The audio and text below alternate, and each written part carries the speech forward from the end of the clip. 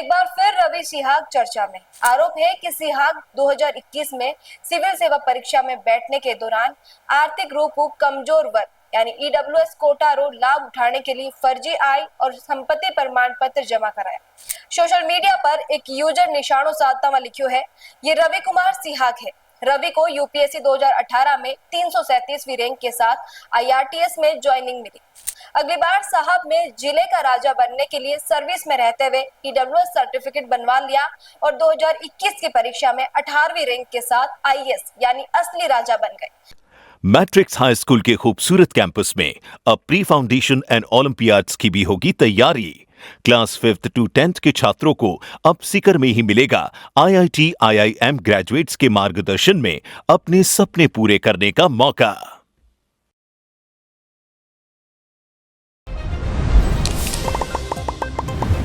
नमस्कार, आप देख रहे हो जलको राजस्थान और मैं नंदिता आपरेसा। यूपीएससी 2021 का फाइनल रिजल्ट में रवि कुमार सिहाग देश भर में 18वीं रैंक हासिल करी ही और हिंदी मीडियम में देश भर में पहली रैंक हासिल करी ही। श्रीगंगानगर का एक किसान परिवार से आने वाला रवि सिहाग खुद की कामयाबी से खूब सुर्खियां में आया, क्योंकि जी परिवार की आर्थिक हालत ठीक नहीं ही, भी परिवार रो बेटो आईएएस बने तो हर तरफ चर्चा होनी लाजमी है। अब एक बार फिर रवि सिहाग चर्चा में।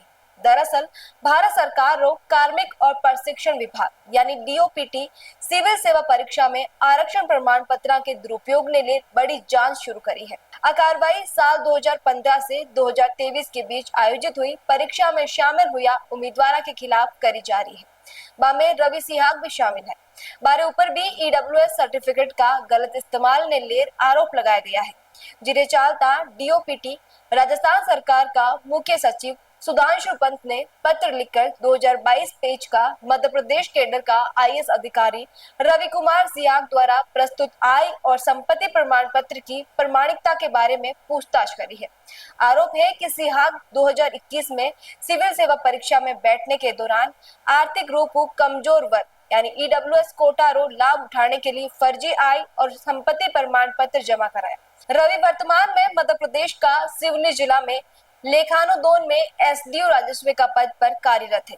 आपने बता दूं, आम आदमी पार्टी से जुड़ा सामाजिक कार्यकर्ता विजय कुंभार की शिकायत के बाद डीओपीटी 5 महीने राजस्थान सरकार ईडब्ल्यूएस श्रेणी के तहत अधिकारी ने जारी आई&ए प्रमाण पत्र की प्रमाणिकता ने सत्यापित करने के लिए बोला और इरी टिप्पणियां भी मांगी। पत्र की एक प्रति मध्य प्रदेश सरकार ने भी भेजी गई है। विजय कुंभार जो 16 अगस्त 2024 ने विस्तृत शिकायत दी ही, मेरे आधार पर आज जांच शुरू करी गई। आरोप लगाया है कि कई उम्मीदवार ईडब्ल्यूएस, अन्य पिछड़ा वर्ग, अनुसूचित जाति, अनुसूचित जनजाति और दिव्यांग वर्ग के अंतर्गत झूठा प्रमाण पत्र लगाया।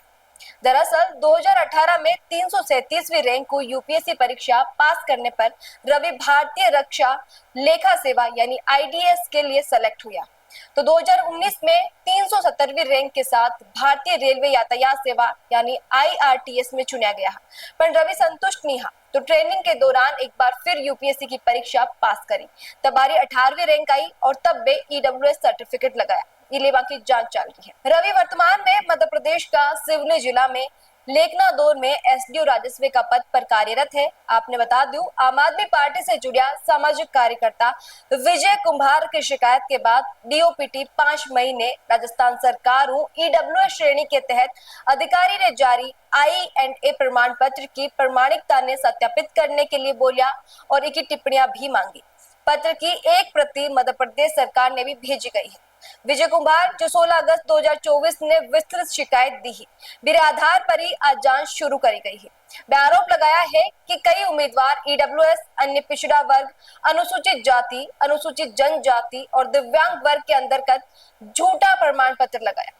दरअसल 2018 में 337वीं रैंक को यूपीएससी परीक्षा पास करने पर रवि भारतीय रक्षा लेखा सेवा यानी आईडीएस के लिए सेलेक्ट हुआ, तो 2019 में 370वीं रैंक के साथ भारतीय रेलवे यातायात सेवा यानी आईआरटीएस में चुना गया है। पर रवि संतुष्ट नहीं, तो ट्रेनिंग के दौरान एक बार फिर यूपीएससी की परीक्षा पास करी, तब बारी 18वीं रैंक आई ही और वे भी दौरान ईडब्ल्यूएस सर्टिफिकेट भी लगाया। अब रवि भी ईडब्ल्यूएस सर्टिफिकेट नीलेर जांच का घेरा में है। रवि सिन्हा का मामला नीलेर एक आईएएस उम्मीदवार पूछा। जो व्यक्ति 2018 में क्लास 1 अधिकारी यानी आईडीएस बन्यो, वो ईडब्ल्यूएस प्रमाण पत्र के साथ 2021 की सिविल सेवा परीक्षा दी। क्लास 1 अधिकारी आर्थिक रूप कमजोर किया हो सके। सोशल मीडिया पर एक यूजर निशानों साधता हुआ लिखो है, ये रवि कुमार सिहाग है। रवि को यूपीएससी 2018 में 337वीं रैंक के साथ आईआरटीएस में ज्वाइनिंग मिली। फिर 2019 में 370वीं रैंक के साथ इन्हें आईडीएस में पद मिल गया।